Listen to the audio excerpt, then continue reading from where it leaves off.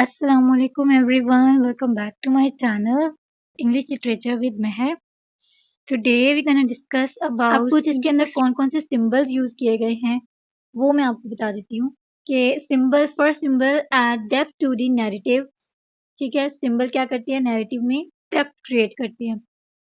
Narrative यानी कि जो लिखाई है, राइटर्स की जो राइटिंग है। ठीक है, द क्रॉस रोड पहला जो सिंबल यूज किया है वो है द क्रॉस रोड, यानी The crossroad represent fate and the choices that shape our lives। यानी कि crossroad जो हैं वो हमारी ज़िंदगी के crossroads हमारी ज़िंदगी के मुकद्दर को बना भी सकते हैं और बिगाड़ भी सकते हैं। ठीक है, नेक्स्ट इसका थीम है Oedipus blindness symbol.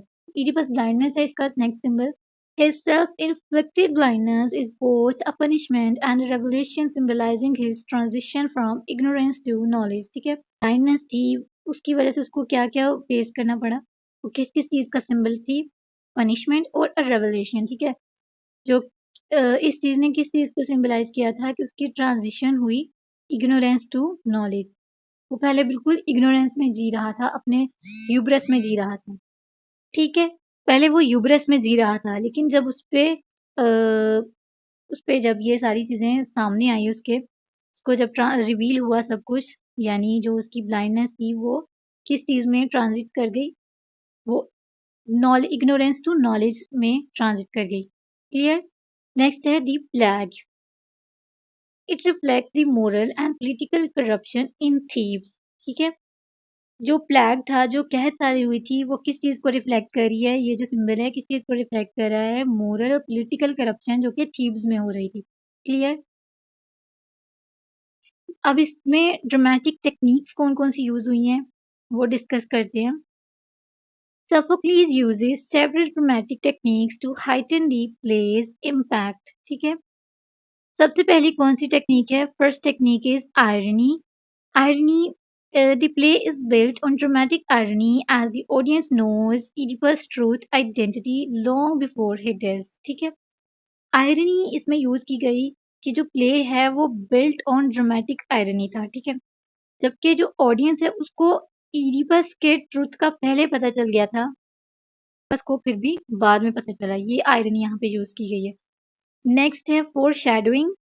Hint of Oedipus fate are woven throughout the dialogues. ठीक है, यानी जो हिंट्स थे इडिपस की मुकद्दर के, वो किस चीज से वोवन थे, डायलॉग्स के थ्रू उसको बताया जा रहा था। ये ड्रामेटिक टेक्निक्स हैं। ठीक है, नेक्स्ट है catharsis।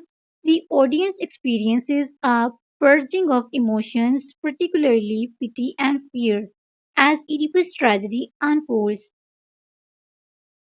ठीक है, तो जो ऑडियंस है, जब ड्रामेटिक टेक्निक्स जो यूज की गई है, कैथारसिस मीन्स टू से पर्जिंग ऑफ इमोशंस, यानी इसका इफेक्ट इतना ज़्यादा ऑडियंस पे हुआ था कि उनकी आंखों से आंसू आ गए, वो इतने ज़्यादा इमोशनल हो गए थे कि उनकी आंखों से आंसू बह गए।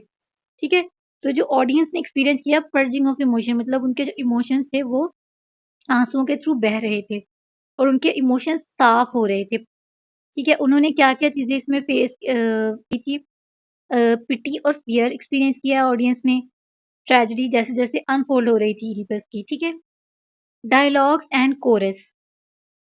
Sophocles skillfully uses dialogues to reveal character and advance the plot, while the chorus provides commentary and emotional resonance। ठीक है, तो इडिपस ने सोफोक्लीज ने जो डायलॉग्स डिलीवर किए, जिस तरीके से डायलॉग्स के थ्रू जो कैरेक्टर्स रिवील करे हैं वो बहुत ही स्किलफुली करे हैं, उसकी वजह से एक एडवांस प्लॉट जो है वो बन रहा था। बहुत ही एडवांस ही उसने इन चीज़ों को यूज़ किया है, और जबकि कोरस जो है उसने भी कमेंट्री और इमोशनल जो रेजोनेंस थी वो भी बहुत अच्छे से प्रोवाइड किए हैं, जो इसकी टेक्निक, तो ये इसकी टेक्निक्स हैं। नेक्स्ट इसके कुछ फिलोसफी ने कुछ क्वेश्चन हमारे दिमाग पे छूटते हैं, इसके जो फिलोसॉफिकल इंसाइट्स हैं वो क्या हैं कि can human ever escape their fate, or are we bound by forces beyond our control? Does knowledge always lead to happiness, or can ignorance sometimes be bliss? What is the nature of guilt?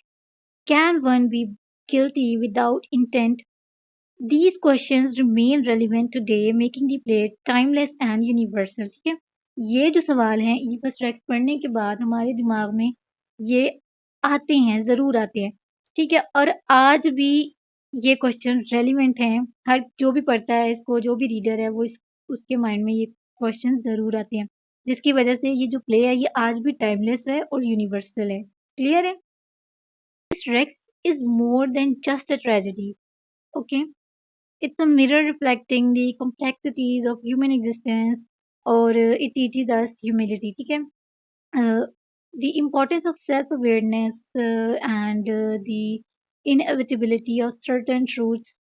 ठीक है, तो ये सारी चीज़ें इसमें हमें बताता है इडिपस रेक्स। ये एक मिरर रिफ्लेक्टिंग है, जो भी इंसान की कम्प्लेक्सिटीज़ हैं, इंसान की जो एग्जिस्टेंस की कम्प्लेक्सिटीज़ हैं, उसको इसने बहुत अच्छे से दिखाया है इस नॉवल, इस ड्रामा में।